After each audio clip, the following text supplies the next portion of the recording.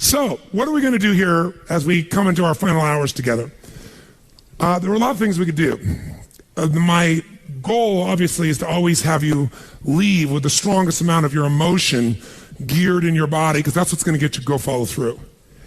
At the same time, I look at this program, and no matter how much we pour into it, no matter how much we put you into overwhelm, as you can only imagine, there's so many things that I know are available and needed for your businesses that aren't here. So trying to figure out, what do we put in here strategically? And so I'd like to roll the dice on something that may not be as emotionally exciting, but probably more valuable. And that is a planning process. And so you might have to, for this last part, really manage your own state a little bit. But I'd like to introduce you to what I call RPM, the Rapid Planning Method. And RPM is an experience that when you master the thinking of RPM, you don't have to use the system itself even. You don't have to use a particular mechanical system in terms of how you do this on your computer or calculator or on paper or whatever. But if you take on this thinking system, your entire planning process will transform, and so will you emotionally. And most people in life, when they're trying to plan something, when they're trying to put something together, like plan their day, we all learned yesterday that what controls our focus controls our life. Whatever we focus on, we feel, even if it's not true. Do you agree with me on this, yes or no? And everything's trying to get our focus all the time, right? Advertising's trying to get our focus, your phone's ringing, in your pocket it's buzzing, and that buzz is either your phone, or it's an email, or it's a text. There's this constant something trying to get control of our focus. But what you focus on determines your destiny in your life. So if you don't take control of it, somebody else will. And so the challenge is, even when we try to take control of our own focus, even we try and attempt to do this, usually there's so much distraction that it becomes very difficult to do it. And even if you did it in the traditional way, and you were going to go out tomorrow, and you're going to plan your day, or you're going to plan your week, you're going to go home. In order to plan it, you're going to have to come up with some answers for the week. And the question you're going to ask, if you don't know RPM, is what? What do I need to? Say it nice and loud. What do I need to? And that's a good question. It's much better than, why do I have to do this? It's much better than, what the hell do I do? A few modifiers around that language and you'll feel very different, won't you? So when you ask, what should I do? The answer you're going to get is usually based on whatever is most pressing on you at that moment. And what tends to press us is either something painful, right? Right now I got to do this, because if I don't do this, something's going to happen. Or something that we want, something pleasurable. Is that true? Or it could be our own sense of vision. But that's usually the last thing that we focus on. How many agree with me on this? Say aye. So let's say, for example, someone keeps coming to you and goes, I need this, and I need this, and I need this. And they do that in the form of your text. They do that in the form of a phone call. They do that in the form of an email. They do that in the form of walking up to you and go, hey, Tony, can I ask you a question? And right in that moment, they're coming to you and they're asking for the most valuable thing you have in life, your focus.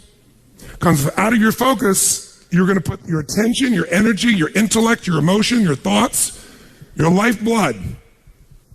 And the way you invest focus is the way you invest thought, feeling, emotion, and life. And wherever you spend that focus is going to determine what you end up with in this life and what you're able to give in this life. So focus, bless you, is the single most important component you got to learn to take control of. And most of us are not very good at this. Primarily because the culture has conditioned us to respond to what we need to do. And when you're coming up here, Dr. Ruth here in front of me, and she goes, Tony, what I need to do right now is being dictated by the environment, not necessarily by what is most important for me or my mission or my direction or my life. Now in a seminar, it's appropriate most of the time because this is what I'm here to do. But even in seminars, sometimes I have to say, can I get back to you in a moment? Because I have to do this because I'm also running this damn thing. I'm not just on stage, right? So the combination makes me have to look at it. And there's an army of people back here running it, and I got to help them, or they got to help me, and a lot of moving parts. So sometimes I got to stop and not let you take my focus, even though I'd like to give it to you. But if I were to ask, what do I need to do? I'm going to get a certain quality of answer. Let me give you an example of what I mean. True story. President, I won't go any deeper than what I can reveal without being disrespectful in any way, shape, or form. I would never do that. But it's a known fact, because it got out in the newspapers. There was a stage when President Clinton called me. And when he called me, he literally called me up and said, and I'd known him for a little while and worked with him prior, but he called me up and said, they're going to impeach me in the morning. What should I do? And I kid about it today. I said to him, well, could you have called me sooner? But what truthfully I said after that was, I can give you my answer to that question, but I don't know if that's really the question you want to answer. Because the answer, what you should do, requires a different question to be asked first, which is what's most important to you? Because if what's most important to you is to stay in office, then obviously you should just keep doing what you're doing, because even though they'll go try to impeach you, they won't have enough votes and you'll stay in office. But if your outcome, what do you want? What's your outcome? What's the result you're after?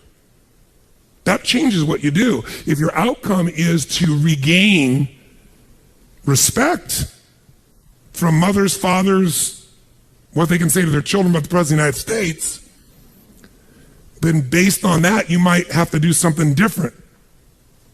And I said, it's easy for me to say, because I'm not in your position and I'm not facing an inquiry in the legal side. And he said, yeah. And I said, but you're also a lawyer. Now, you certainly know the law. And I said, you know what you can say. He goes, yeah, well, you don't have somebody coming at you, stars coming after me, and he's trying to do this, trying to do that. I said, I know that. So I'm not telling you what to do. You're just asking me what to do. I won't tell you that. First, you got to tell me, what do you want? If you don't know your outcome, if you don't know the real result you're over and you answer what to do, you may even get what you want. You may do that, get the result, but it's not the result you really wanted. That's, again, the difference between strategy and tactics, isn't it? Which is one of the single most important lessons I hope we got across to you this week. So you got to learn to ask a different question than what to do, because how many of you found out that it doesn't matter what the day in your life is? If you really write down everything you got to do, there's no way in hell you could do it all. How many agree with me on this? Raise your hand and say aye. So most of you start out in the old days with a little time management book and you used to write down all your to-dos, right? How many used to have one of these? Right? You write down all your to-dos, and then in the early days, you actually put like A, B, C priority maybe in the very beginning. Anybody get that anal to be able to do that? Separate them out so you focus on the priorities, and then maybe even plan when you were going to do them in your day. And that lasted about how long? You still carried that book around with you in those days when it was on paper, remember that? But what it was your address book in those days, because you didn't have an iPhone, right? It was your calendar and your address book and a few crappy things you wrote down, but you never sat down and wrote the whole list out because you knew you weren't going to do it all, and it just felt like hell every day to rewrite it all. Who can relate with what I'm saying as being true? Say aye. So when I only had one company to run, I was just a kid, I went to one of those programs prior to the days of Franklin and Covey and all those guys. It was called the Time Bank.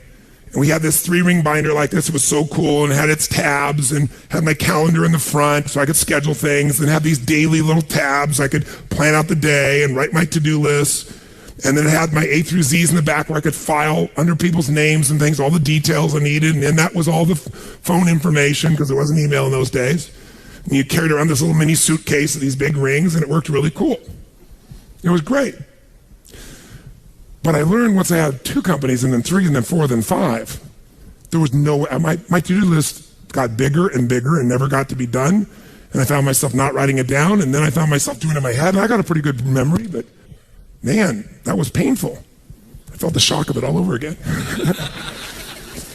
Bottom line is, I said, there's got to be a better way.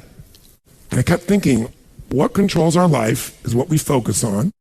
What we focus on, we feel. What we feel and focus on, we move towards. Wherever focus goes, energy flows. So wherever your focus goes, energy flows. So if I want to control my focus, the most powerful way is by asking what? Better questions.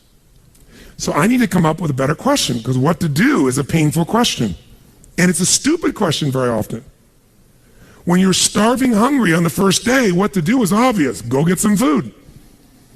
But some of you, in spite of the hunger, and those of you who've never been to a program in my mind, the pissed offness with Tony Robbins that he would go so long, People went back, they go, but this is not right.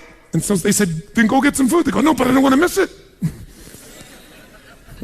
Now, our fault for not communicating in advance, but the point of the matter is most of you decided what to do based on a larger outcome than the urgency of current pain. You decided, no, what's most important is to get this material, even if it's a little painful in the short term. I can eat a little bit. I'm hungry, but I can survive. I am not in Africa. This is not the last meal that I've had for 6 weeks. There may be some body fat I could be burning in the next 2 hours while I'm learning. Who knows? Maybe. Maybe I'm not really dying. Maybe that's just the language I use, and the language I use is producing my emotion. People say they're starving. Really? Look in the mirror. Are you starving? No, I didn't say that to anybody because no one came up and said anything to me about it. That Tony. Oh, Tony, will you take a picture with me? Yes, of course, right?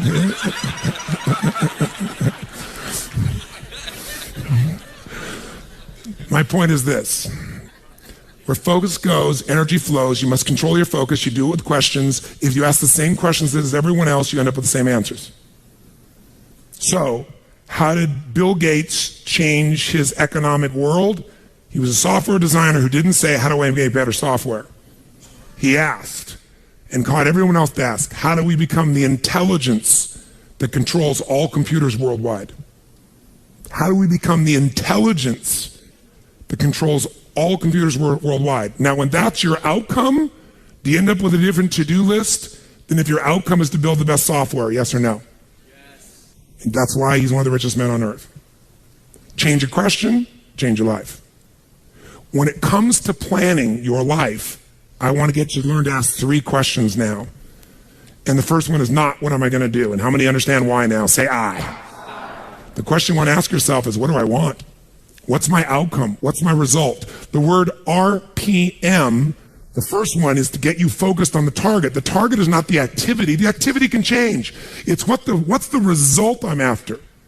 If you know exactly what it is you really want, what you desire, what you're really after, clarity is power. The more clear you are on specifically what you want, the faster your brain can get you there. But if you're generally saying things like, what do I want? Well, I want more money. Fine, here's $1, get out of here. Did you achieve the outcome? Yeah, when you're that general, you think you're not getting your goal, you are. The way you language your goal, the way you think about it, you're receiving it. I want to feel a bit better. I want to lose some weight. Fine, you lost a pound, you're done. Because your brain's like a servo mechanism and a bomb and a missile. The old days, you shoot a missile and the target was going, and if you missed the trajectory, you missed it. Today, what happens when the missile's not on course? What happens? It locks on the heat signature, and what does it do? It moves and follows it. That's the way your brain is if it knows the outcome, if it knows the result. So RPM starts with, I got to know the result. This is a results planning system. The rapid planning method, but you can think of it as a results planning system. I need to know the result I'm after before I ever ask myself what to do. That takes more time, but it's worth it. Now, for time's sake, I'm not going to do this with you right now, but I'll tell you what I do when I've taught this to people and I've got a full weekend to do this in. Just give you a picture.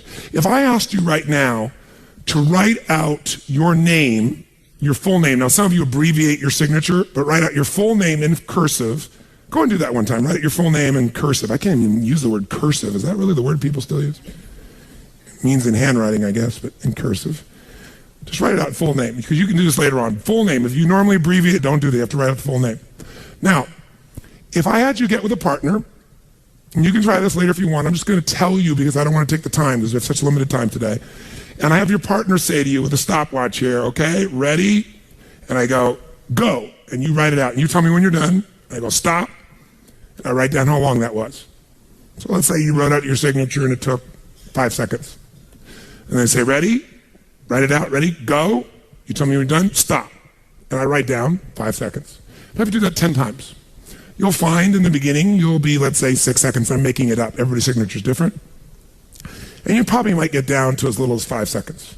If you have like an iPhone, you could do it as a digital stopwatch. You could see the milliseconds. Then I say to you, I want you guys to write every other letter in cursive. In other words, you're going to write half as many letters. How long do you think it would take to do it? Half as much time? Most of you will take twice as much time in the beginning, and then eventually, what's interesting is, if I do it 10 times, and the last 2 or 3, and this makes no logical sense, and again, I don't want to take the time to have all of you do this 10 times, 10 times, 10 times, but you can go do it on your own, I'll just tell you the result. In most cases, even though you're doing half as many letters, you cut it by 2/3 the time. There's something happens when you break an old pattern and you do it fresh. Your brain over the years has learned ways to move more rapidly since when you did your original signature, and you'll do it in 1/3 the amount of time. It'll take twice as much at first, and then it'll cost you 1/3 amount of time. Now let me tell you why I'm telling you this. The system I'm calling the rapid planning method, by the time I show it to you, you're gonna go, this takes more time than just making my to-do list. When will it take more time? When? Initially. But once you get it in your nervous system, it'll take you less time because your brain will be thinking in outcomes and not activities. And when you think in terms of outcomes and not activities, pretty soon some of the activities in your list you don't even need to do to get the outcome. You find a better way to get the outcome quicker. Now, how do you do that? Yes, 3 questions. Question 1, what is my result? What is my outcome? What is it I really, truly want from this? If you're going back next week, and you say this next week, what are the most important what? Outcomes for me to get this week in my business. And you just write those outcomes out, not your action items, the outcomes. If you do that and nothing else, you'll be ahead of the game. And if you just keep looking at those outcomes every day, how am I doing on that outcome? Your brain will come up with ways to get to that outcome. I promise you. Focus on outcomes, not on activities. Action for most people, activities, most people mistake movement for achievement. They mistake action items and to-dos for achievement. We're after the achievement. Are you with me on this? Yes or no? Yes. It's a different way of thinking, and I think all of you inherently have it, but if you make this ritualized, just like the things you've learned this week, they're all great, but if you don't systematize them, they'll work when you do them. But if you systematize them, right? And you see like Mr. Holloman here, where he goes in and just does it and makes sure it's being done again, or what you've seen Chet do, or what I do. You just do it over and over again, you don't miss it. Now the results are geometric. So I want to get you to systematize the thinking, whether you do it visually the way I'm going to show you or not. So, first question, what's the result I'm after? What's the ultimate result? What do I want out of this week, out of this thing, out of my business, out of my life, for my body? And you want to be as what as possible when you describe that outcome, that result. As what? As clear and specific as possible. Generalities will confuse you. So it might take you longer than just writing down call so-and-so to think, if I'm calling my son, I'm going to call Jarek, or I'm going to call my brother. This is what goes through my head before I call him, always. What's my outcome? Because I don't want to just call him. I want Jarek to feel loved by his dad, or I'm thinking about what's my outcome. I've got to talk to him about this thing that's out there. I've got to make sure I get through to him on this because I want to guide him and move him in this direction. That's what I want to be as his father. I don't want to just chit-chat. I can do that too. If you think before every phone call, before every time you're planning your day, and you think before you have any meeting, what do you think the first thing I ask of anyone when we sit down in a meeting is? Okay, what are your outcomes? What are the outcomes for this meeting? First thing I want to know, because if I know the outcomes, guess what? A lot of meetings, they're done pretty quick. Because if I know the outcome, you don't have to go through all the activities to sell me on it. Just, that's your outcome? How do you want to do it? Sounds good to me? Rock. That's how you make a meeting productive. I know a meeting's productive not by the hours or time. Sometimes it takes longer to the outcome than you want, but I'm going to get the outcome. That's, by the way, what you see with me on stage. That's why my times vary. It's based on an outcome. I'm going to get that outcome. I don't give a damn whether it's the right time or not. I want to do it in that time, but I must deliver the outcome. How many get that? And by the way, how many like to have your company focused on outcomes, results, and not activities? Say aye. People say all the time, well, did you get that done? Well, I left them an email. I left them a voicemail. I've sent them 3 emails. How many times you heard that? When that happens with me, I'm like, but I don't show it. I just like, really? Wow, that's fascinating. We'll explain about our culture. It's about getting the result. So I can help you if you can't figure another way to do it, but there may be 12 other things we might want to do. Maybe they don't have the answer. Maybe somebody else can give us the answer. The outcome was to get this information, not to leave an email or 12 or 3 voicemails. That will not do any of us any good. How many follow? Now, whether you get the outcome or not, whether you get that result, will be based first, do you have clarity? And the second thing is whether you got enough emotional juice to keep going after it when things don't work out. So the second part of RPM is the purpose. RPM, by the way, how many knows what it means when you increase the RPMs in a car? Anybody here? What does that do? It builds up what? Power, speed. Higher RPMs, you can explode through something, right? You can make something happen. So think of this metaphorically also, this rapid planning method, this result planning method. So it's rapid planning, it's a result planning. You want a results-focused, purpose-driven, massive action culture. That's what RPM stands for. It's how you build up power and you break through. But whether or not you get that result will be, are you clear and specific? But also, do you have enough juice when it doesn't work out? How many of you are going after an outcome in your day or in your week, and for whatever reason, you're not able to get it?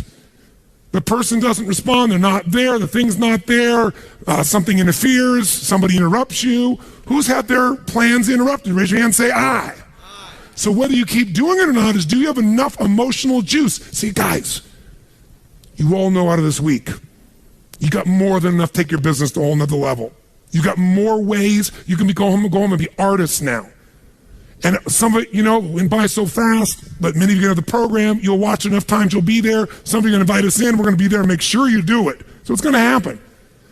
But the art of it being followed through or not is going to come. Do you have the emotion to follow through? And that needs to be a part of your thinking also. So the next question I've always asked, besides the outcome, is why? Why is more important than how? Why are we doing this? What's the purpose? Purpose is more powerful than object.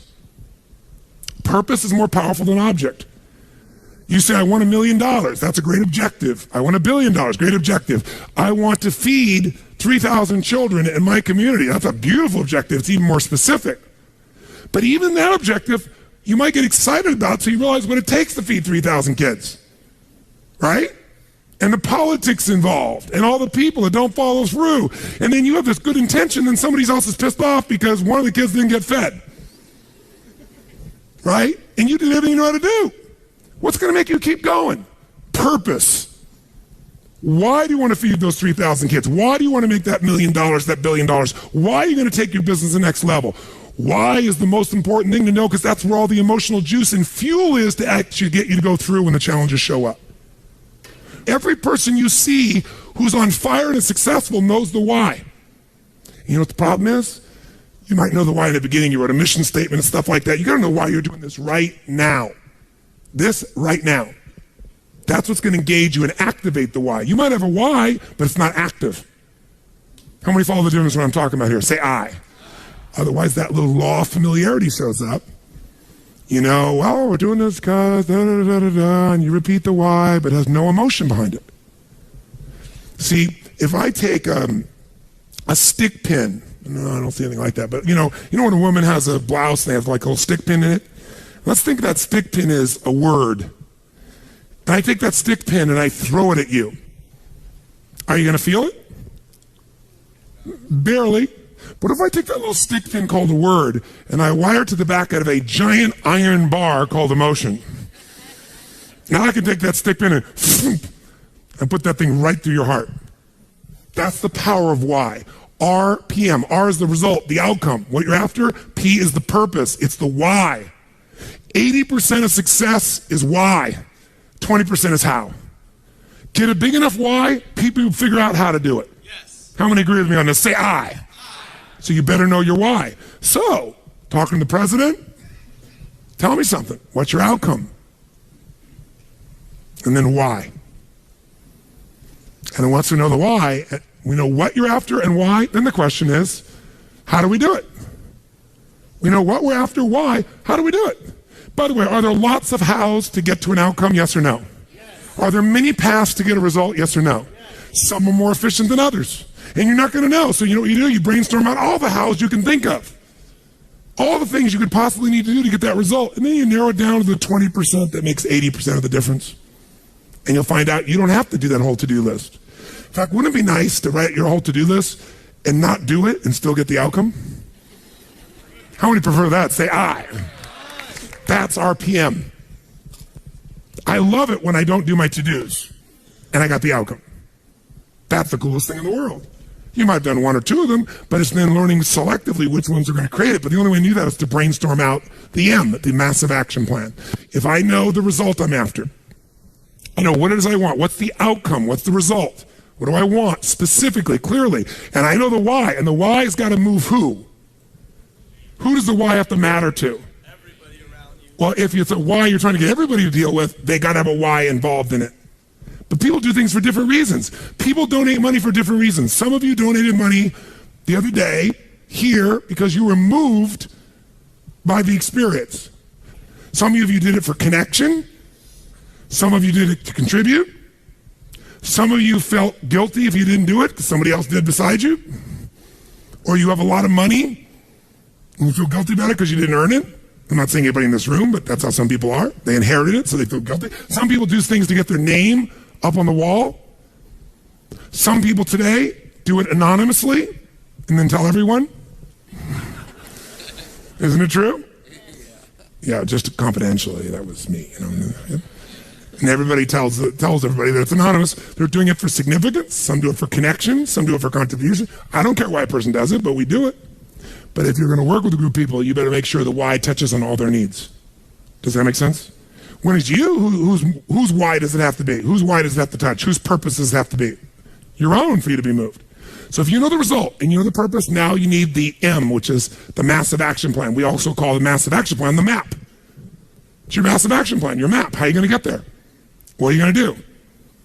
And by the way, when you're crystal clear on what you want and you know why you want it, you can make a big map. You can brainstorm a million ways to do it. Not all your houses are going to work. That's why you make a whole map. And then go back and gradually asterisk the ones that are the most important and go hit those. You might get the whole outcome in the first two action items and get rid of your whole rest of your list. This is RPM. This is how I operate. Now, if you never did this on paper and you just did this thinking process in your head, you'll get invaluable resources. If you learn to put this on paper, it'll be more powerful because then your brain isn't racing and you can see it. If you make it into a system that you personally use, your productivity will explode. If you teach your whole company to do this, your company will go to levels you can't even imagine because everyone will maximize their productivity. And it is different than any other system in its essence because it causes a different focus with a different level of emotion, greater creativity as a result of that, and then it shows you how to leverage it all. Does this make sense? Yes. So those three pieces, results planning, asking what question? What's the first question you're going to always ask? What do I really want? What's my outcome? What's the actual result I want from this day, from this week, from this conversation, from this meeting? Doesn't matter what it is. If that's all you ever do, you're already practicing RPM at a fundamental level. But if you want to juice it up, you'll ask the second question. What's the second question? Quick. Why do I want it? Why? What's juicy about this? What excites me about this? What do I really want about this? If I'm going to call this person, why am I calling them? And you know what? When you get a stronger why, the action items change because you're in a different what? Who knows? A different what? Make that same call without any clear outcome and any clear purpose, or the outcome is get back to them. That's my goal, get back to them. What's going to be the quality of the writing or the phone call or the vocal quality when you're getting back to somebody? Versus if you know my outcome is to make sure they feel like I am so in their corner that I'm here to make sure their needs are completely met, more than they've ever met by any person they've ever spoken to on the phone before, and that I'm here for them and they can count on me. Why? Because that's who the hell I am. Because when people deal with me, they have found someone like no other human being they've ever dealt with, and I am a source they can count on. That's why I don't have to go chase 8 million new clients.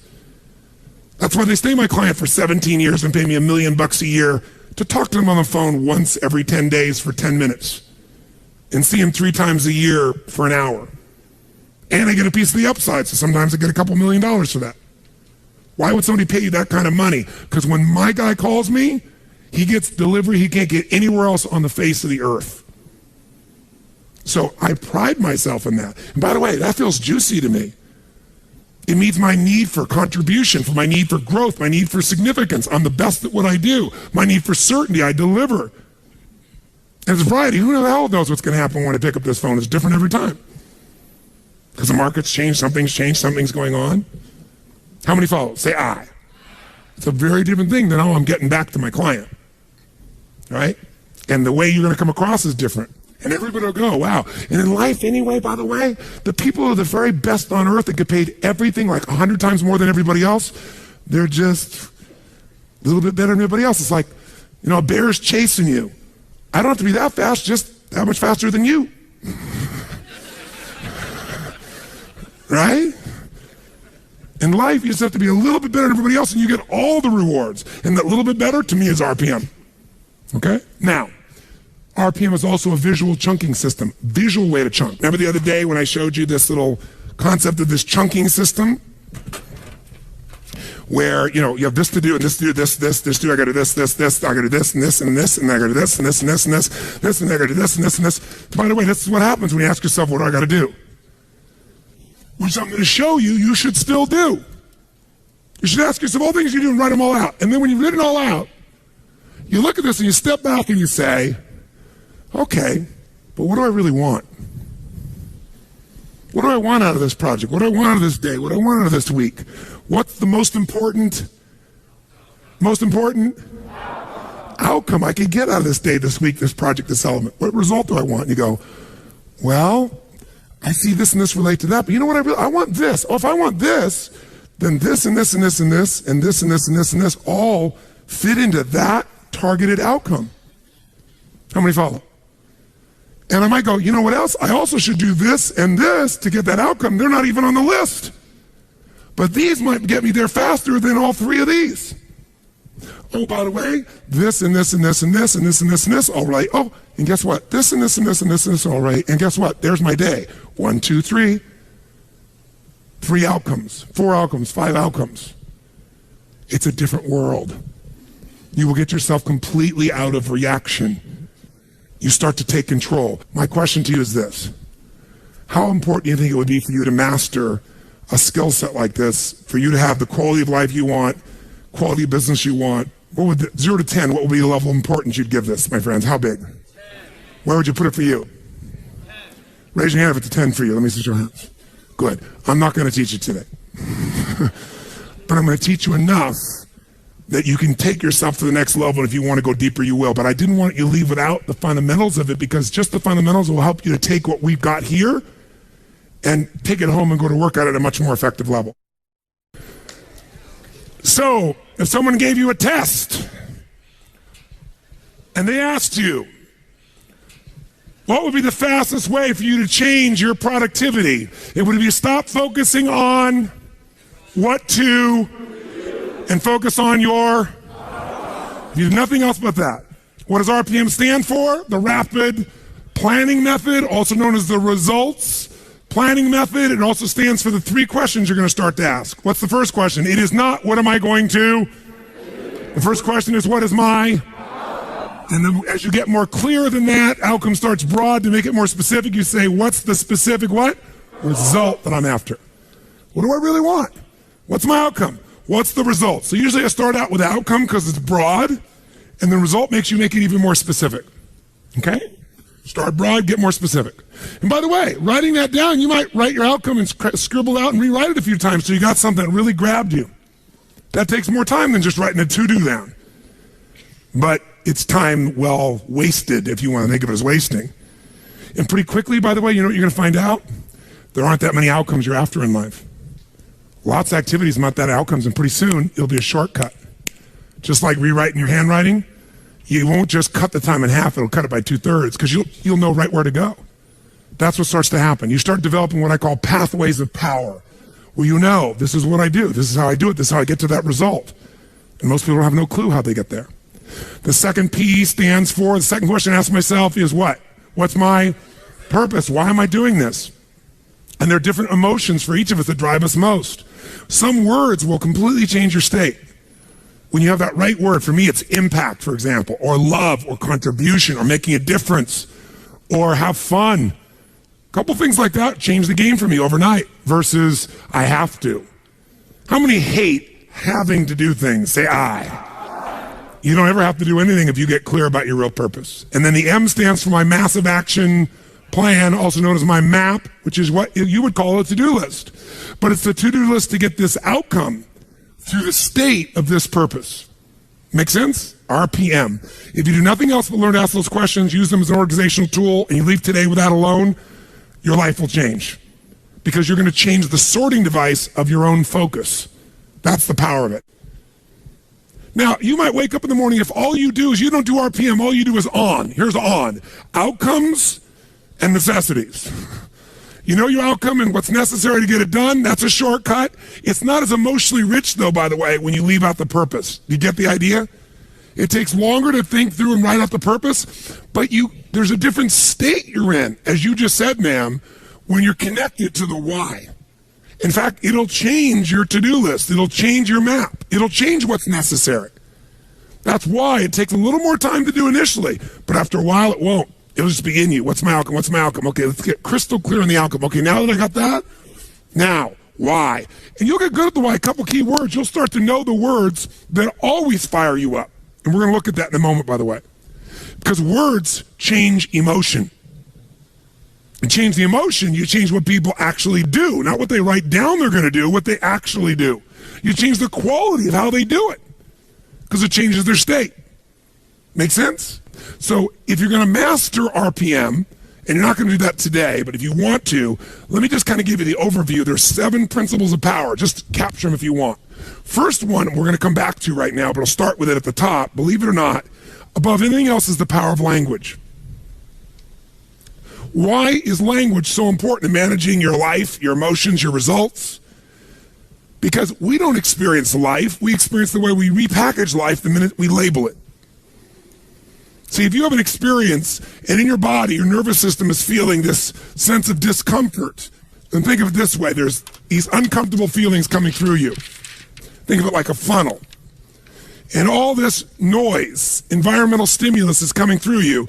And then you have certain words you use very often, 2 or 3 that you use. Kind of like you're taking all this juice in and you're going to have these cookie cutters. And the words you use most often are pissed off, frustrated, and annoyed. You're going to get a very different experience than if the person has the habit of being enraged, right, crazy, want to kill someone. Or someone else who goes, you know, that peeves me. They take that same stuff and goes, peeves me. Someone else goes, I want to kill someone.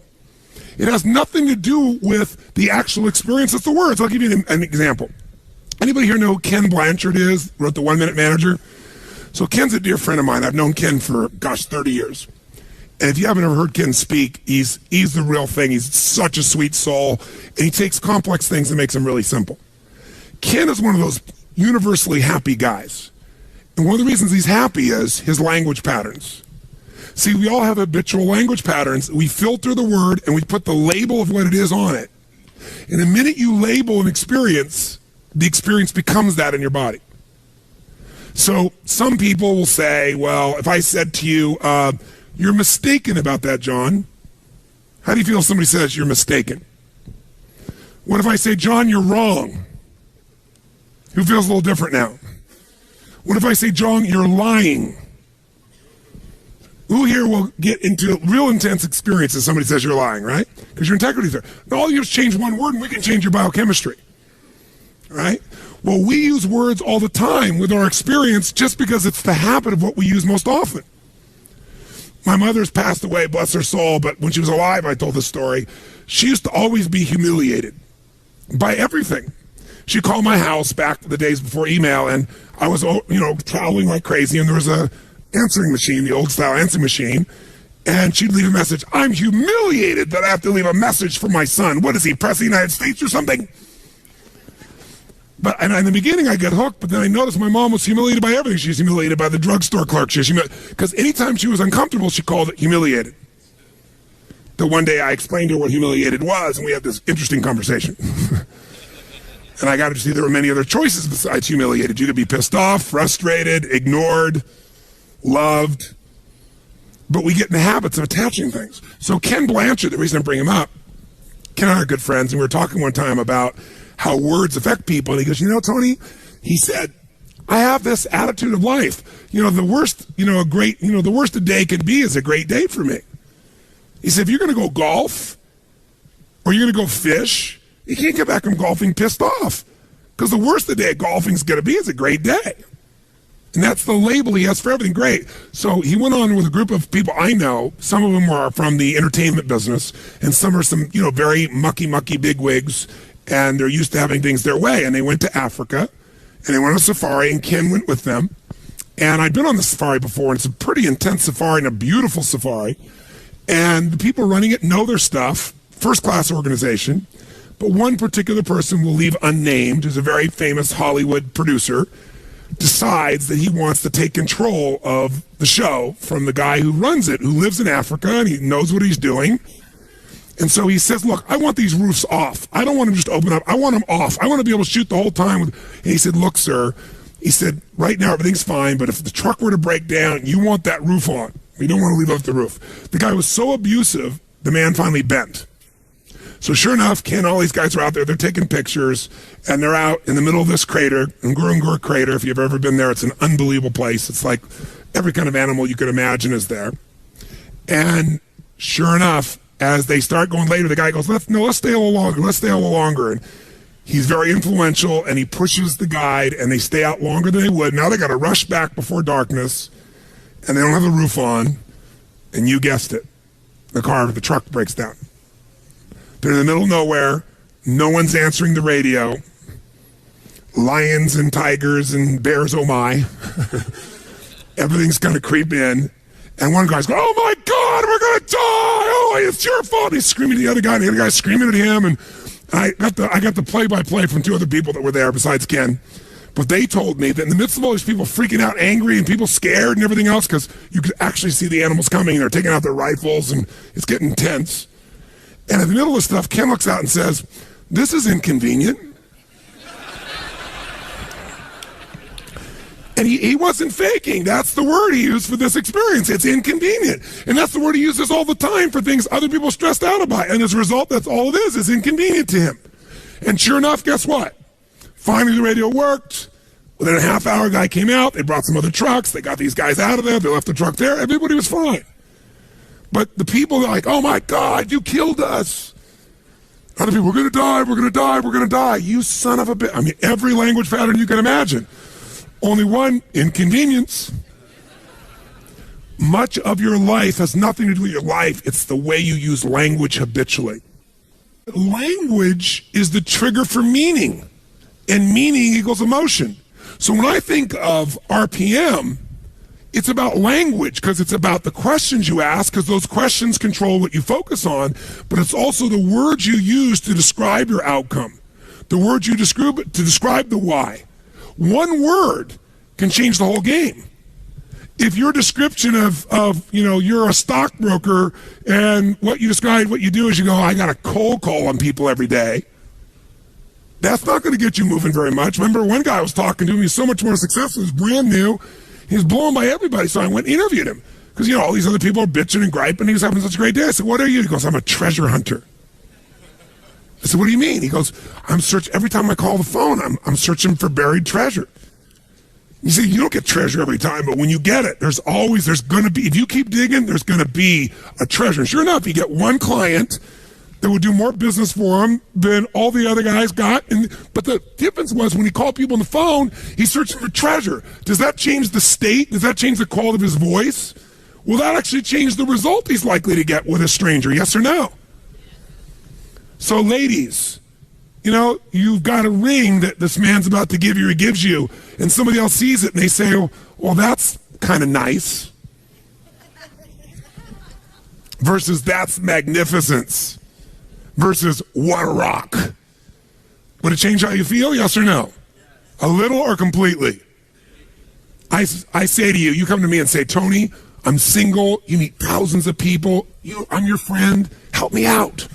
Set me up, man. And so I say to you, okay, I know this really nice girl, this really nice guy. You got a state about it, don't you? What if I say, I know this woman, I know this man, I know this woman who is delicious. I didn't even say anything that makes any sense, but how many are in a bit different state already, right? It's like if I said during the break, we're going to have some really nutritious snacks. Yay. Even people that are health oriented are like, yay. But if I say it's delicious, does it change completely how you feel about it? Yes or no? You have to know every moment of your life. This is not about planning. It's about creating. Think about planning as creating. Whenever I think about planning, I'm creating something. And you create things with both your vision and your language, and then your action.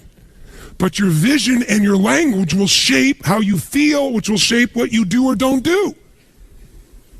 So this is the part that takes more time in the beginning, takes longer, but it's so much faster because once you know the patterns of what move you, you just use that and boom, it's like knowing the light switch to turn yourself on and rock and roll. And anybody who's the best in the world at what they do, they know how to turn themselves on every time. They know their triggers. That's what RPM's really about too. So this is not some frickin' time management program. Like, because every system, I don't care, and obviously Mr. Covey is a dear friend of mine, senior and junior, right? This is not Franklin Covey. This is not a little planning system. This is not pulling out your BlackBerry. This is not using things or whatever tool you use.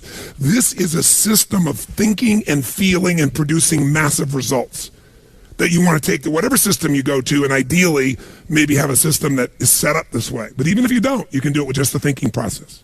So I want you to start with this first principle of power, this principle of language, which you might think of as the principle of passion. That's really what it is. The power of language is it produces passion.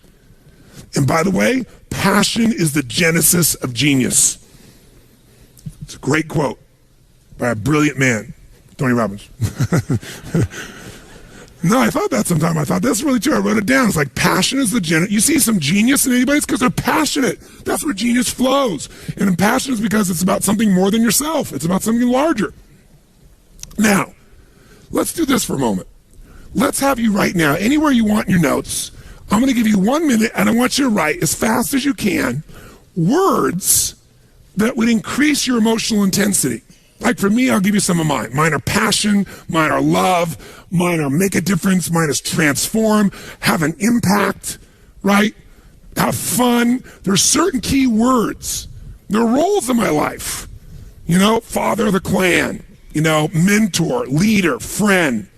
Certain mentor, there's certain language patterns. When I think about myself as that person, I do things differently from that place, right? So I want you to just write down any words at all for 60 seconds. Just write down real fast. What are some words or phrases that would excite you or juice up your life if they were being used regularly, that'll move you emotionally? Choose words that you're associated to, either in a context like your health or your business or just overall words. Just write words that would move you. If you write a word and doesn't move you so much, cross it out and write a different word that moves you more.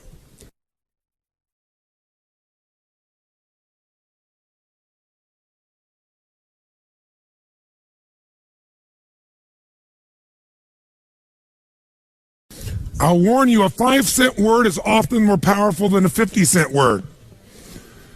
You could say, I am becoming a facilitator of transformational change around the globe at this moment now. Or you can write down, kick-ass, take names. Sometimes kick-ass, take names will move you more than facilitator of the human transformational experience.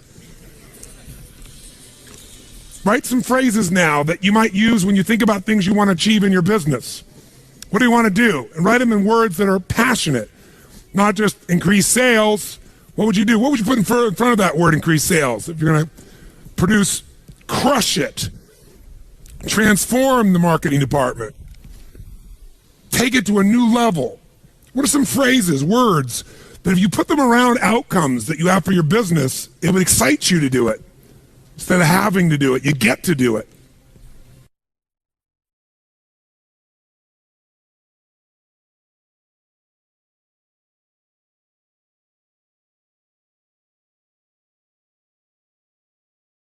Can you think of an activity that you normally do not like to do? You'd rather have somebody else do it if you could. Think of an activity like that right now that you either put off or you try to get other people to do, or you finally do get other people to do. How many can think of an activity like that? Part of your business, part of your life. Great. Someone stand up and tell me what that activity is. By the way, Stand up if you can remember also a time when you did the activity and you actually enjoyed it. It was an exception, but you actually enjoyed it. Who's had both those experiences? Something you hate to do, but then you had a time you can remember where you really enjoyed doing it. It was the same activity, but somehow it worked. Okay, how about right here? Yes, give her a hand. Do I have to tell you a BMI hand, ladies and gentlemen?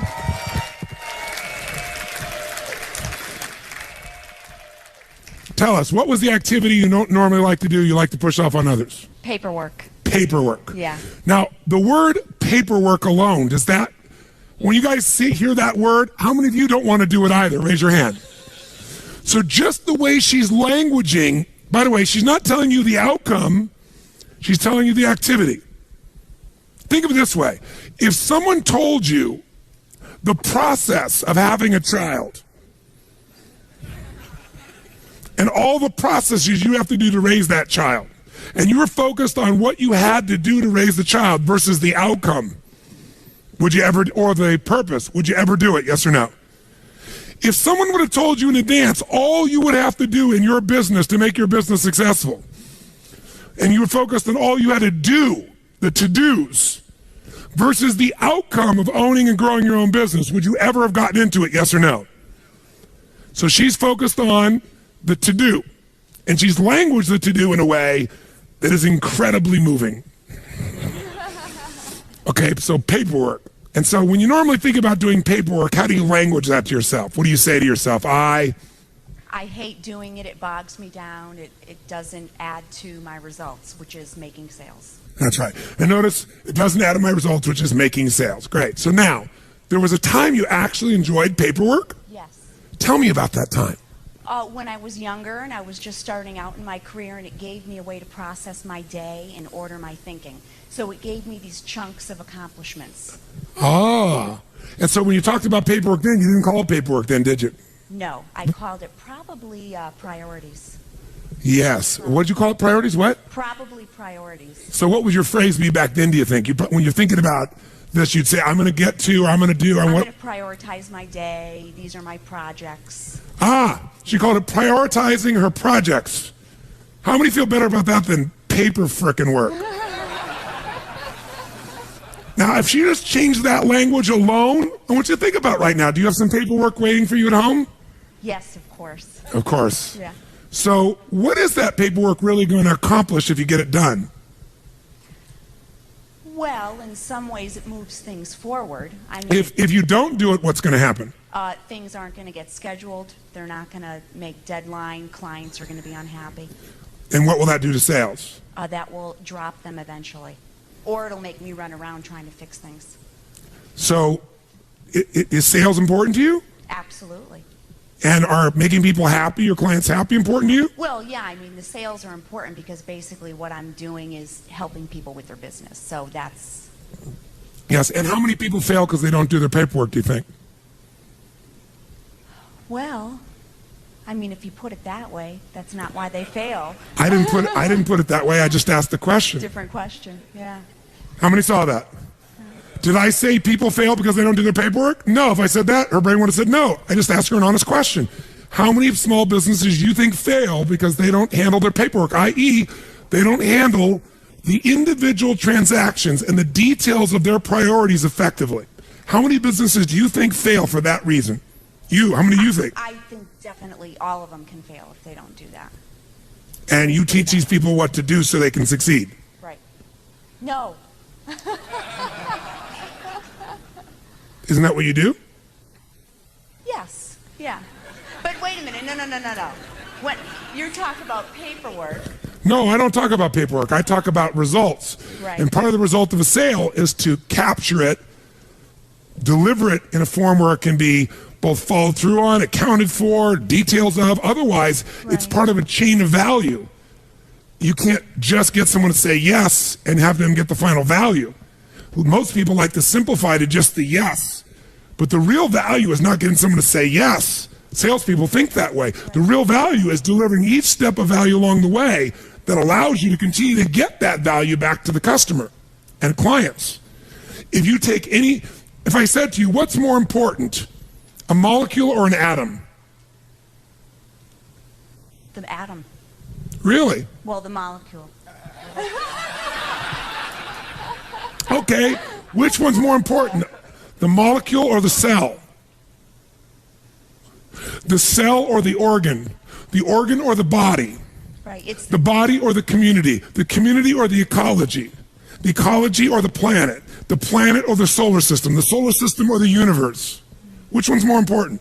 To me, it's the little things that make up the big things. I don't know if that's quote unquote the right answer, but it's the little things that make up the big things. So to me, that's more important. Is paperwork a little thing or a big thing? Well, it's a little thing, So that's the most But it- important thing is the little things? but it makes up a big thing, which in the end you could say would be important because it feeds the purpose. It feeds, look at her face, it feeds the purpose. Yeah. Paperwork purpose. Right. Oh my God. So let me ask you a question. It's an epiphany. How important is paperwork? How important is paperwork? It's very. 0 to 10, where would you put it? 10. Yeah. So maybe we need to call it something different than paperwork. What is it really? If you were to name it today, not just what you did in the past, what is it really? It's the steps to getting to the purpose. If I had to read It's also a promise that's Yeah. being kept. Right. Are you about keeping promises? Absolutely. Have you dropped out your promises because you didn't have your paperwork or priorities organized? Sure, or stressed Or have out other about it. people dropped it out because they didn't get the information needed in a timely fashion? And most businesses, you're telling me, probably fail because they drop out the little things? Absolutely. Because they think it's a little thing when really most people are majoring in minor things, and this is not a minor one, is it? But we start thinking it is, and the minute we give it a label that it's a minor thing that doesn't really matter, Yeah. then what happens is we no longer give it the focus, and we don't give it the focus, and then it bites us later on. The truth is, which one is more important? The molecule or the atom? The molecule or the cell? The cell or the organ or the body? Which one is more important? They're equally important. You take any one out of the chain of existence and the whole thing collapses. There is no little things and big things. There's just the things. There's the things that matter. Is this one of those? Yes. If you were going to coach your son or daughter or a child or a dear friend in a business, what would you tell them about paperwork? I would tell them that if it's important. Can you hear the change in her voice? How many hear the change in her Does voice? it change? Is there a power in her voice right now? Yes or no? An authority? Go ahead. Tell me what you tell them. You tell them what? That paperwork is extremely important to the outcome. It's, part of the passion of the purpose, and that's really all you have in life. And I did have that conversation with my daughter. Give her a hand, ladies and gentlemen. Do you see how important it is, A, to be aware of your language? Language creates meaning, meaning creates emotion, emotion determines what you're going to do or not do. You can never again think about time management in terms of to-dos. You need to start with language. The questions you ask and then the words you use to answer it. That's why you got to craft your outcomes, craft your results, craft the purpose. Takes longer, but you'll do it. Not only that, you'll enjoy it. She says, I'm going to go home and crush that paperwork. That's the word I would use. She go back and she said, I'm going to be, and what if she created a role for herself? I am the queen of paper prioritization. I am the Madonna of, I'm the master of whatever. She comes up with some playful thing, and it can be silly and stupid, but it'll change completely how she thinks about it, and she feels about it, and she'll go straight doing it. How many follow this? By the way, how was she influenced to remember the truth? By me lecturing her? Telling her? No, everything was asking her. Now, in addition, if you want to follow through, remember, if you link more of your needs, there's 6 needs. If you link 1 need to it, you got an interest. 2, you got a drive. You link 3 needs to it, you're going to do it. Now, she was linking feeling insignificant to paperwork. Significance is one of the most important things in her life. Right? She wants to significantly contribute. True? And it wasn't that significant to the contribution before, but all of a sudden, now she gets it is. It's part of the chain of life. It's part of the chain of keeping a promise. It's part of the chain of my integrity. It's part of my chain of being able to make a difference. And you know what? Everybody else is lousy at it, and I'm not anymore. Because how the hell can I help somebody else if I don't do it myself? And so now she sets a new standard. So now it's significant. And by the way, if you want to make it more fulfilling, she can also say, you know, I'm connected to it because it's connected to the what, she said? To the outcome. There's a purpose here. Now there's connection. Now, doing this helps me to contribute. Well, I'm starting to meet a lot of different needs: contribution, significance, connection, love. That's enough to get her to do it. Now, when she goes home, she could even develop a strategy to enjoy it. Like I interview people that do things that other people hate, find out how they do it. Somebody loves to clean their house. I said, great, well, let's look at these 6 human needs, because if you love it, it meets many of your needs, at least 3 or 4. On a 0 to 10, cleaning your house, how much certainty does it give you? And the lady says, 10. You say, why? She goes, because I know how to do it well. And I do it well every time. And I have control of it. Before your emails, as a way for you to get a sense of accomplishment, knocking a few off, doing something that's meaningless, you used to, when you're stressed out, organize your desk. How many are old enough to remember that? Now you don't even have a desk. Your desk is your laptop, right? So you knock off emails and things to feel a sense of accomplishment, which is you're just being active. You're doing activity. You're not accomplishing anything. Nothing significant. You're doing movement, trying to make it feel like achievement, because you feel uncertain about things, out of control. That's what you used to do with paperwork, so you could take it back. What else? I get variety, she says. Cleaning the house? She goes, yes, I have 5 children. You never know what you're going to find. 0 to 10, how much significance? 100. Why? She goes, when I'm walking around the house, she goes, I play tapes like yours. I do significant, important things. I have time to think through my life as I'm doing these things while I'm accomplishing something. Plus, she goes, most people have a dirty house, and mine isn't dirty. People come over, it's spotless. I feel proud. What else? Connection and love from cleaning the house? She goes, yes, because while I'm cleaning, I pray for my children. I'm ironing, I'm praying for them. 10. Growth from cleaning the house? Yes, because I'm listening to tapes, I'm thinking of the future, I'm creating my life. Contribution? Yes, to my kids, to my family, to myself. She meets all her needs. That's why she loves cleaning house. Somebody else uses language like, I'm not cleaning that frickin' stuff. It's a waste of my frickin' time. So it all depends on what needs you related to. How many follow? Change your words, change your perception, change your procedures. Some people say, I love paying bills. I'm going, you love paying bills? Yes. There's so many of them. And they're always changing. Really, variety. What else? She goes, well, I go, but I pay the bills in different rooms of the house. And I play different music in each room. And then she says it feels significant, and she feels connected, because she says, when I sign the checks, I think of the person and I send them love. And I think as I want them to prosper. And then she goes, I know that comes back to me. It's just what you focus on. What you focus on is first controlled by the words you use. And that's controlled first by the questions you ask, whether you're aware of it or not. How many get the power of this principle, the power of language? Raise your hand. Say I. Let's put back on the stage then. Here's a couple other principles again. I won't walk you through them all in detail, but I'll give you a little step at a time here. So the first principle is language. The power of language, which I think of as the principle of passion. The second power is the power of results focus. I'm not going to take any time on this because you got it now, don't you? You focus on the result. It's like taking the power of your mind and body and brain and putting it the laser power instead of having it scattered. You're no longer scattered on activities. Third principle, really, of RPM, is the power of purpose. No more time on this one. You got it. Does the why change the how? Yes or no? Does it change the quality of how you go about it when you're doing it for a different reason? Yes or no? I'll give you my core belief in life. Motive does matter. Motive does matter. If you want to know my pain in life, my ultimate pain is people think of me as a motivator. I hate that term. Mr. Motivator. You know, people go, I don't need any motivation. I said, well, that's good because that's not what I do. Right? And they'll have a nice big belly. They go, I don't need any motivation. I'll go, that's obvious. You're highly motivated to eat. Right? I'm the why guy. I want to know why you say you want to lose weight, but you keep eating. Because what motivation is your motive for action.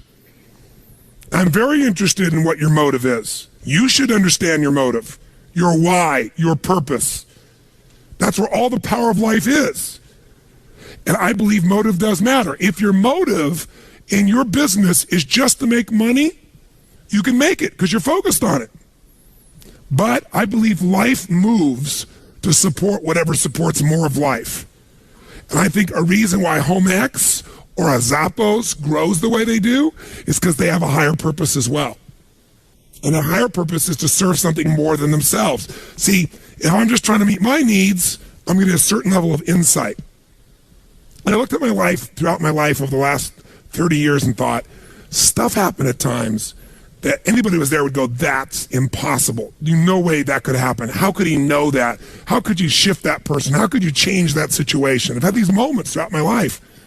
And I believe insight comes because I wasn't focused on me succeeding or failing. I was completely focused on serving them, and the insight shows up. You're trying to take care of your family, you're going to get a different level of insight than just yourself. Trying to take care of your company, even bigger insight. Trying to take care of your community, trying to take care of the world, humanity, without being ego, not saying it. If that's really in your intention affects the quality of what you're exposed to, of the insight, of what comes through you. Motive does matter. And we can always shift our motive. And there's nothing wrong with wanting to meet your needs and others. The game changes. And by the way, if you do this in your planning, i.e. creating, the game changes. Okay? You make it a ritual. RPM is a ritual of questions. You got to get it in your body as a sequence. When you get it in your body as a sequence and you lock it in and you condition it, it'll just happen. It'll happen like, what do I need to do, used to happen inside of you. Next principle, number 4, it's the power of mapping. That means that once I know the result I'm after, once I know why I'm doing it, I got the right language, I need to come up with a map. You know what's interesting about a map? It doesn't always work. How many of you ever used before, in the old days, before they had Google Maps, there was a company called MapQuest? Whoever made the fatal mistake of using this crappy product? And what happened if you use MapQuest? What usually happened? You ended up getting a place worse than if you would have guessed. Because their map had nothing to do with the reality of the territory. Well, the more you do something, the more you're able to come up. The first time you do a map, you might be a little off. But if you do a map again and again and again, pretty soon you start learning the pathways to get to a result quicker, don't you? When you start making these maps, these action items, you're going to start to find certain ones get you further than others. And pretty soon, what took a long time, you're going to know the shortcuts. Oh, I know how to get from here to there quicker. I know the map. That's what used to be your to-do list. Now it's going to be a map to an outcome that's being fueled by your purpose. Okay? And then very quickly, as a principle, number 5, the power of chunking. So you've been in this seminar this week, and you got all this information.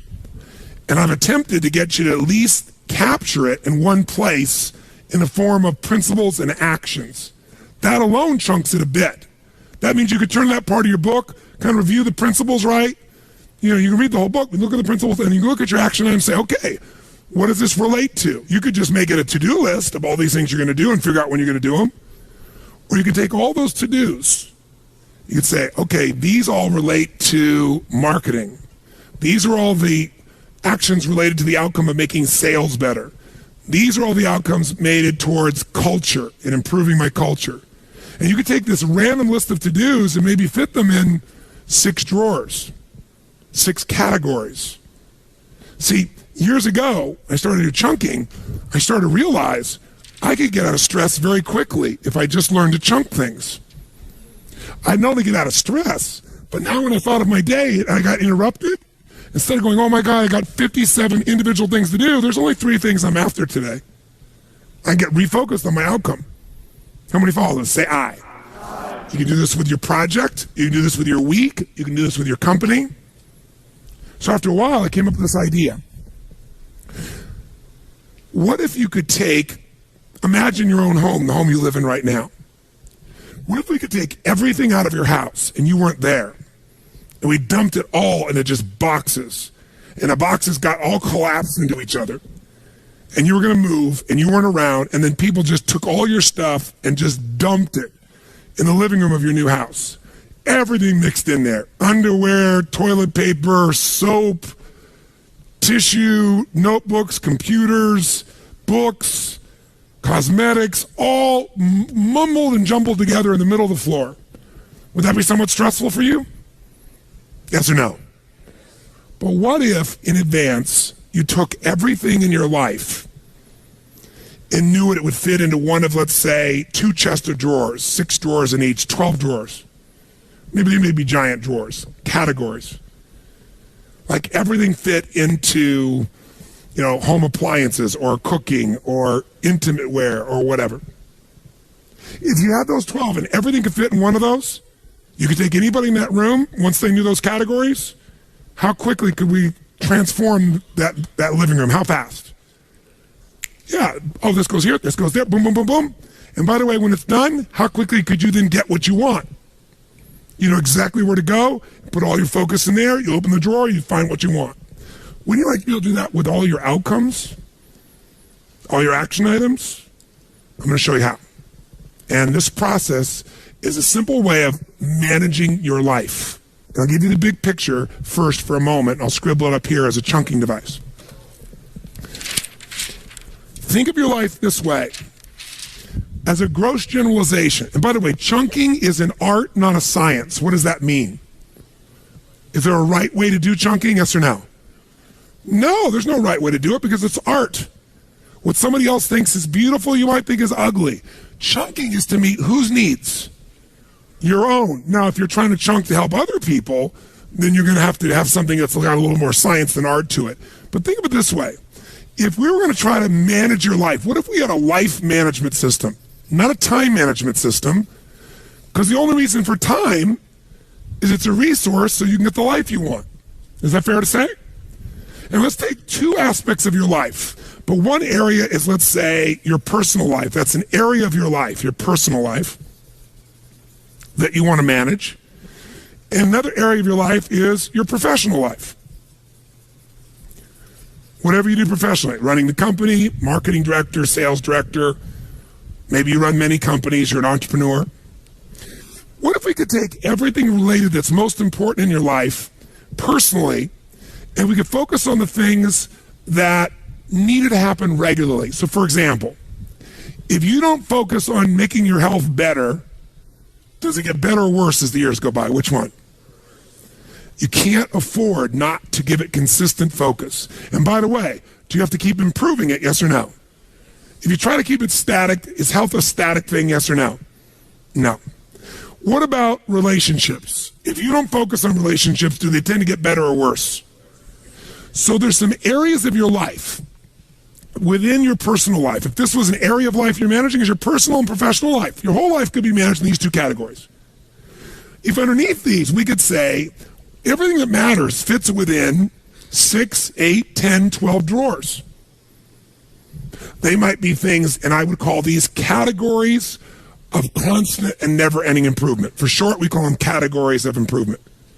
These are areas that you've got to constantly focus on once a week, once a month, some of them once a day. They're areas that never go away. Does that make sense?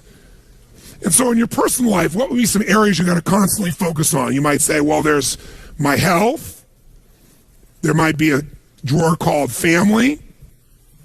There might be another one on finances.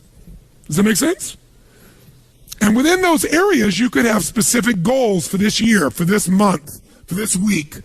You might have certain musts that had to go in there.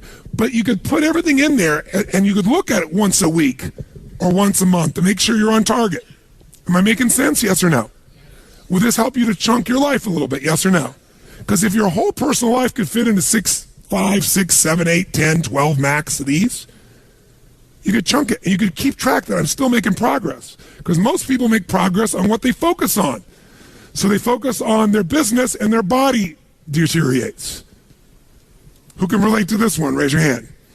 Or they focus on their body and their relationships deteriorate. You're so damn into yourself you're never even here.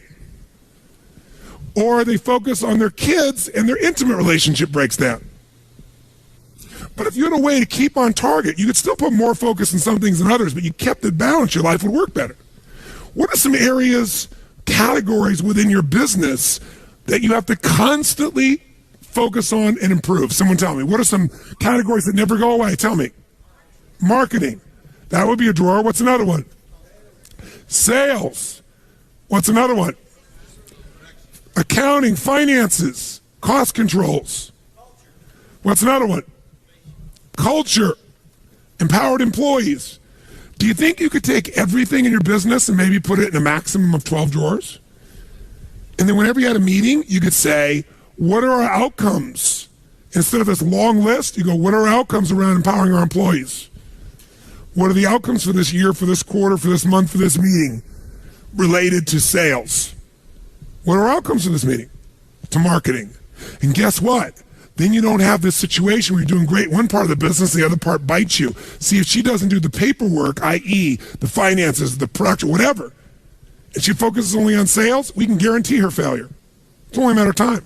And it's not because she doesn't care, it's because she doesn't have a system of chunking her life. She gets overwhelmed because she thinks of sales is all these things. More likely, she makes paperwork all these things. I talk to people all the time. Somebody who doesn't work out regularly, doesn't exercise regularly, I'll say, how important do you think work? Oh, yeah. And you'll finally get them where they say, I'm going to work out. But I'll say, why haven't you worked out up until now? I know you're committed now, but up until now, I want, not excuses, I'm not making you wrong. Just tell me, when you think about working out, tell me how you think about it. And listen, here's what they'll say to me. Well, God, it's so much work. Really? Well, tell me what do you got to do to work out? So, me right now, I don't even have any running shoes. I don't have any gear. I don't have any clothes. I'd have to go buy the stuff. I'd have to drive to the sporting goods store and, then I'd have to go in there and try stuff on. And, I don't feel very good about my size now anyway. It'd be uncomfortable. And then, after I pick what's working, I don't really know what I should be wearing. I don't know if I'm going to run or I'm going to work out or lift weights. So I don't know what to buy. But assume I got all that stuff. Well, then what? Well, then, I got to go to the front and sit there in that damn counter and wait, and then write the check and then get in my car. And, well, what else do I have to do? Then I have to find a place to work out. Okay, well, what does that mean? Well, I'd have to, go on the web and search for, clubs nearby, and then, then I have to drive to each of those individual clubs, and I'd have to go in and, kind of go through the tour they give you, and then sit through somebody trying to pitch me on buying 500 years of subscription to go there, and I don't like to be sold, and, well, let's say you bought one. Well, then they take a picture of you, and you look ugly, it looks worse than your driver's license, and then each time I go there, I have to go there, I have to drive there, I have to find a place to park, and then, I got to go in and show my badge, and then I got to go find the locker, and then I got to hang my stuff up, and then it's going to drop, and, I put on my stuff, and I got to go wait for the first machine. It's probably sweaty, so I have to probably walk it out, wipe it off, and then I go to one machine, another machine, then I got to come back, and now I got to take off my sweaty clothes, and now I got to go take a shower and see parts of people's bodies I don't really want to see. And then, after all that, then I got to dry my hair again, put on my makeup, put on my clothes that are probably wrinkled, put in the smelly bag, and then I got to go show them the thing so they can stamp my thing so I don't have to pay for the parking. And then I got to find my car, and I got to get my car, and then I got to drive off. Want to eat? Sure. What does eating take? Well, you just do it. Let's just drive there and eat. Eating is 2 steps in their mind. Working out is 429. The way you chunk things is what makes you like them or dislike them. See, when I first wanted to drive that stick shift car, it was a lot of chunks. I gotta watch the road, drive this, do this, push this in and out too, and watch the rearview mirror? No way. But now, you watch the road, you drive the car, that's one chunk. It's in your body. How many follow what I'm talking about here? Say aye. So you can over-chunk something into too many items, or you can under-chunk it where it's overwhelming to try and do one big step. That's where the art comes as far as chunking is concerned. So in your life, you want to be able to come up with categories for your personal life, categories for your professional life. Does this make sense? So let's try something. Let's give you a quick little example. What I want you to do is, if you take a look here, I want you to, the middle of this circle is 0, and the outside edge is 10. 10 means where you want it to be. Whatever a 10 is for you, it's different for everyone. So 0 is you're not where you want to be. 10 is exactly where you'd like to be. So if you look on the screen, What I'm asking you to do is, let's say, for example, the physical area of your life. And I want you to go. Now, notice this person went up about 70% of the way. They're a 7 out of the 10. Their idea of a 10, of what they like to be physically, they're not. They're not a 0. They're about 7, and they draw a straight line across. Then we look at emotion and meaning. And we say, where do you live emotionally? How much joy, excitement, happiness, passion, aliveness compared to what you want? How much meaning? And this person went 0 to 10, they went, I'm about a 3. I'm about 30% there, or 2.5%, 25% there. Where are you compared to where you want to be? It's not somebody else's judgment. In your relationship, 0 to 100% of where you want to be would be 10. By the way, if you don't have a relationship, it would be 0. Just in case you need coaching on this. Okay? And then if we go time, where are you in the mastery of your time? Where time serves you versus you serve time. And this person says, I'm about 7 out of 10 that. How about your career? How's that going 0 to 10? This person goes, I'm an 8 on that. Draw a straight line across. Where are your finances? I'm doing damn good there. I'm at a 9 on my finances. And then where are you in your sense of celebration of life? Life is a celebration. You feel a great sense of contribution.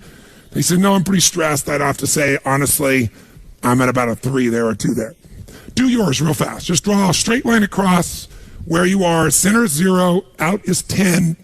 0 is not at all. 10 is exactly where you want to be. Just real fast. You got 30 seconds.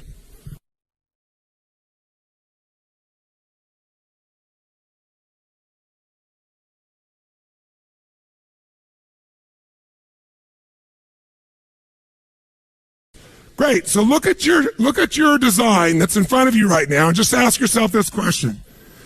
If this was the wheel on the car called your life, how would your car run? Better yet, what if you're going to drive that car 150 miles an hour? What could you guarantee is going to happen, my friends? What's going to happen? You're going to crash. How many are going to have a lot of stress when you start trying to drive this thing fast? Say I. Guess what owning your own business is? Driving 150 miles an hour, isn't it? So what used to be okay when you work for somebody else, it's kind of bumpy and stressful, when all the responsibility ultimately is yours, and it's out of balance, it's pure pain. How many can relate to this in some way? Say I. Things get this way because most people ask the question, what do I need to what? Do. They don't have a set of categories that once a week they look and go, okay, what's my most important outcome for my body this week? What's my most important outcome for my relationships? Yes, in the middle of everything else, I'm going to put those rocks in first. Somebody gave you that metaphor, right? I'm not going to pour all the water in. First, I'll put the rocks in. Here are the most important outcomes for anything else shows up for each of those areas, because otherwise the time's going to be gone. How many follow what I'm talking about here? Say I. So that's why we do a once-a-week planning session where we look at our categories, both professional or business and personal. Make sense? Now, the way we do that is with language also that's compelling. Here's some examples of how some people have chunked their life. These are their categories of constant never-ending improvements. For Suzanne Williamson, it's family, business, friends, community, physical well-being, finance, emotional, and spiritual. This is my old list. It's been updated, but with my physical power, I called it world-class health and fitness. By the way, why did I use that language? I could have just said body. It juices me up.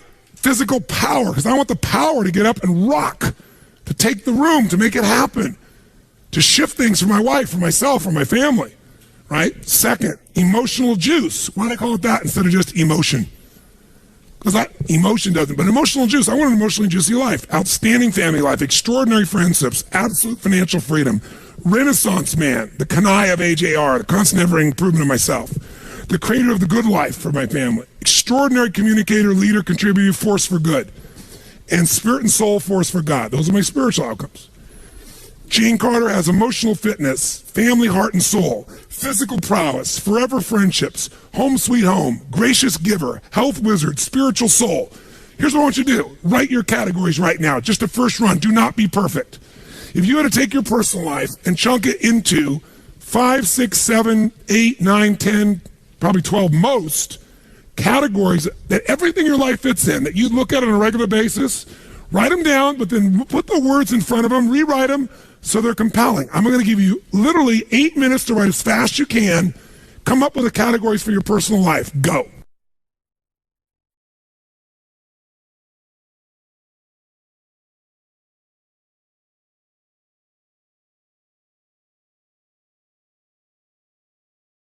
How many think it would be valuable once a week or at least once every 10 days, 3 times a month, sit down and lay out a plan for that week or 10 days where you put the big rocks in first, looking at these categories, making sure you didn't miss the stuff that matters most to you. How many would agree with this? Say aye. Would you have to write down every action item, yes or no? What would you write? Your most important outcomes and why. Make sense? Now, so quickly, let's take it a step further. Let's look at the next category of professional, and I'll give you another wheel of professional just as an example. This isn't the wheel, because it's different for everybody. And let's put it up on the screen, and this is just a sample. This is not the business, this would be you. So this person says they run a department for a company. So one category, they're measuring, am I empowering my teammates, my personal team, and our teammates in the company as a whole? They have some outcomes around creating extraordinary identity and relationships.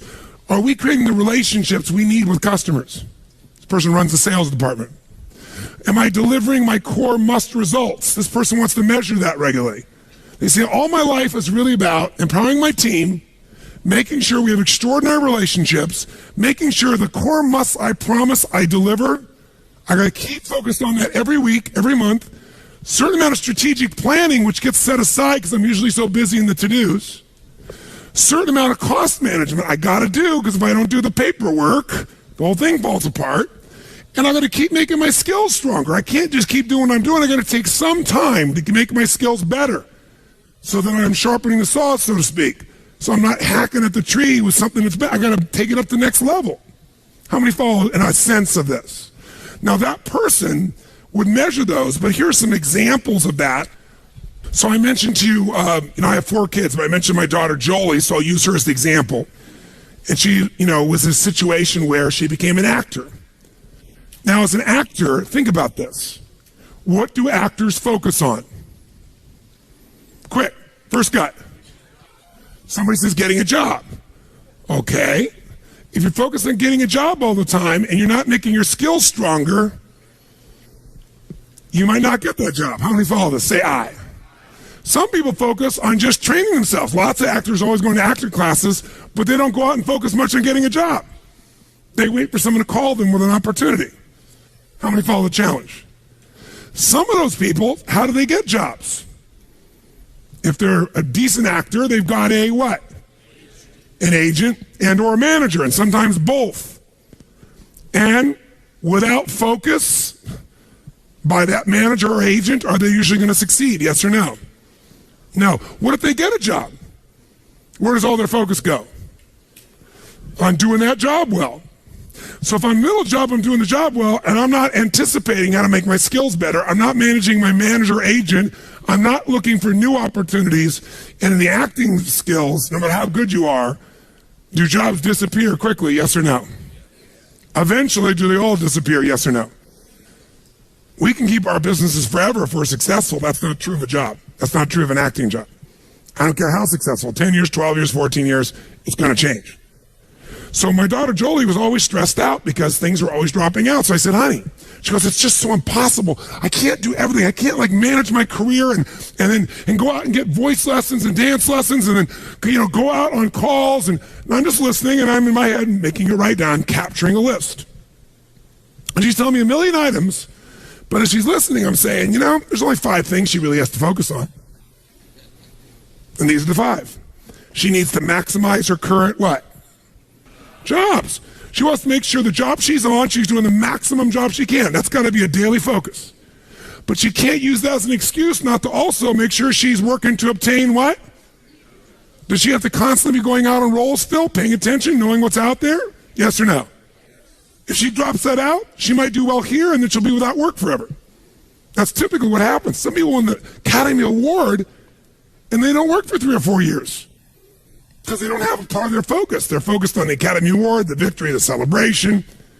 How many times have you seen that happen? And then third, she's got to focus on the management of Jolie Inc. I said, that's what it is. You're a company. You got to manage your managers and your agents. Every week, she's saying, what do I need to do to make myself better at the current job? What do I need to do to make sure I'm keeping my focus on getting new jobs and networking, doing what's necessary? What do I got to do to keep on top of my managers and agents? They're not going to just do it without my focus. What else does she have to focus on? Expanding her current acting skills so she gets better. She can't use that as an excuse and then, oh yeah, when I have more time, I'll work on getting better. No. Even if it's once every 10 days, she's not working 7 days a week on a show. She can do an acting class. She can find the best coach. She can be going for a class once a week on her throat, her voice, whatever. Right? And then, of course, the last one is being a networker extraordinaire, expanding her identity. Guess what? Everything she can think about doing as an actress is in those 5 categories. And so if every week she's looking at that and thinking, what's the most important? Come on, guys, nice and loud. Most important in that area or outcomes in that area? Is she going to stay on target? Is her career going to be, by the way, what happens if we take that wheel and we take whatever's strongest on your wheel? I'll show you what I mean. This should really be interesting, me doing this visually. If we take your wheel of life, your wheel of your career, and you got one thing like this and another thing way out here and something else like this and something else like this and something else like this, and this is your shape of your life, we all know what's going to happen. It's going to be stressful. But if we find the strongest area, let's say it was your finances or your career or whatever, and we find that outside edge and we use that as the target for the base of where you are right now. And now we say, what's it going to take to close the gap between here and here with my body? What's it going to take to close the gap from here to here in my training? Because guess what happens? Once we get here and it's all rounded, even if it's not 100%, who knows what's going to happen? How much smoother is your life going to be? And by when it's smoother, can you go faster? Easier or harder to go faster when it's smooth? This is the power of RPM and having categories of constant, never-ending improvement in both your personal and professional life. Because, by the way, sometimes you're doing really well in all the categories in your business, and then you have a divorce, which kind of interrupts it just a smidge. Who knows what I'm talking about here, right? Or not a divorce, you got a problem in your family. Somebody's not feeling loved, not feeling appreciated, whatever the case may be. This is the goal of what we're trying to do here. So you can create categories within your professional life, but the one I want to get for you is let's do one together that I think will be helpful for you to chunk all we've done this week. Let's look at business. Let's look at some categories that you're pretty familiar with. And the reason you're familiar with them is this whole course has been focused on them. What's one area of business, if we go starting at, kind of 1 o'clock, that you've got to constantly focus on, my friends? What's an area? Mastering what? Come on, nice and loud. What's another area? Next. What's another area? And how important is time? And notice we said time and what management? That's what this is. This is the part of the training on results. Results management. What else? Cost management. What else? Innovation and constant ever improvement of products and services. What else? The legal systems, technical systems. What else? Culture. What else? Now, there could come up with other categories, but you could probably fit 99% of your business in those 8 categories, couldn't you? By the way, you could fit almost everything we've taught you and every action item you have within one of those categories. So instead of this big-ass list you have at the back of your book, maybe it's time to chunk it so it's not so overwhelming. And by the way, once you chunked it, some of it you could hand to somebody else and go, these are your outcomes. Help me clarify them. Here's why they're important. Go figure out how to do it. And by the way, when people know the outcome who are competent and they know why, do you need to tell them how? No. In fact, they may come up with a better how than you would.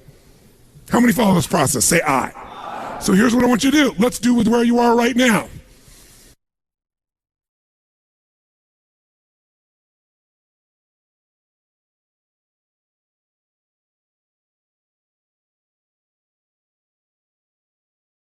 Every business I own, how am I able to walk in and have 12 companies?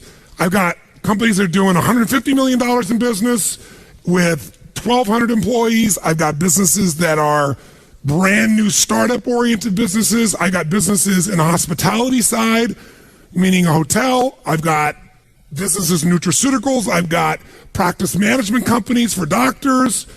I got this educational business that I'm a part of. They're all radically different businesses, but guess what? When someone's going to talk to me about it, I can take everything they're saying and put it in one of these 12 drawers. So every business has it. So here's Namali. Namali is my resort in Fiji. It's the #1 resort and spa in the country. 525 acres, 3 miles of ocean frontage.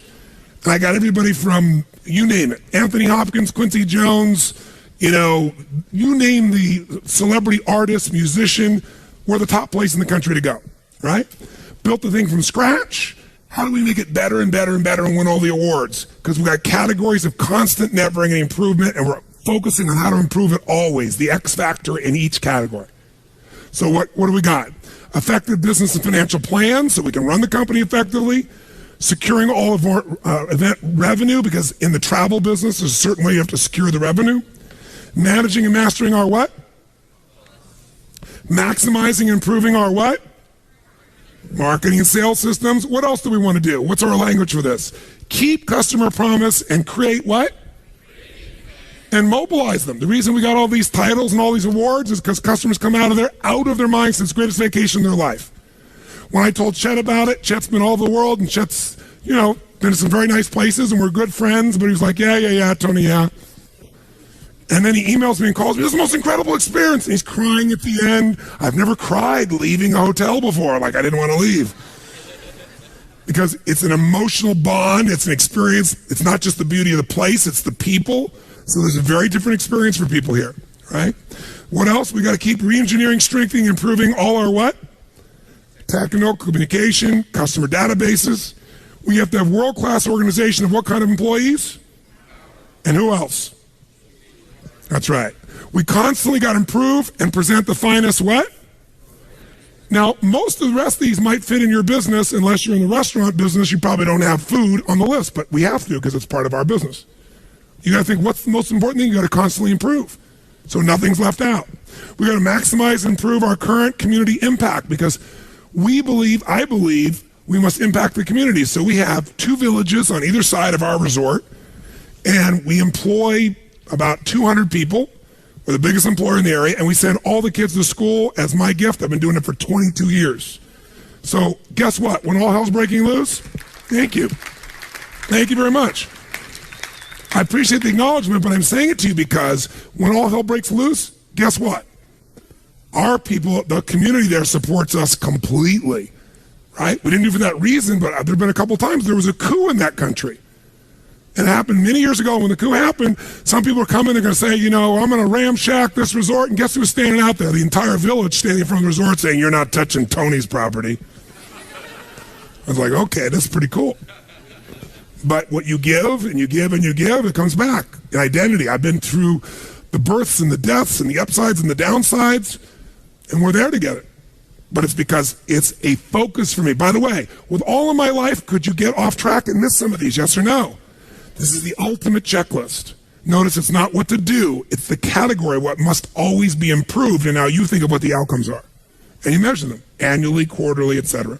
And then finally, create effective plans for capital improvements because a resort's got to constantly be improved, right, physically. So there are several examples here you can look at later. Here's what I want you to do, real fast. You can use the 8 we just wrote down in the wheel, or you can create something else, but I'm going to literally give you, I want you to do this quick, what are the 6, 8, 10, 12 categories that cover your whole business? Make your business categories of constant improvement your first run at it. We won't have enough time to finish it, but I want you to get a good run at it. Ready? Go.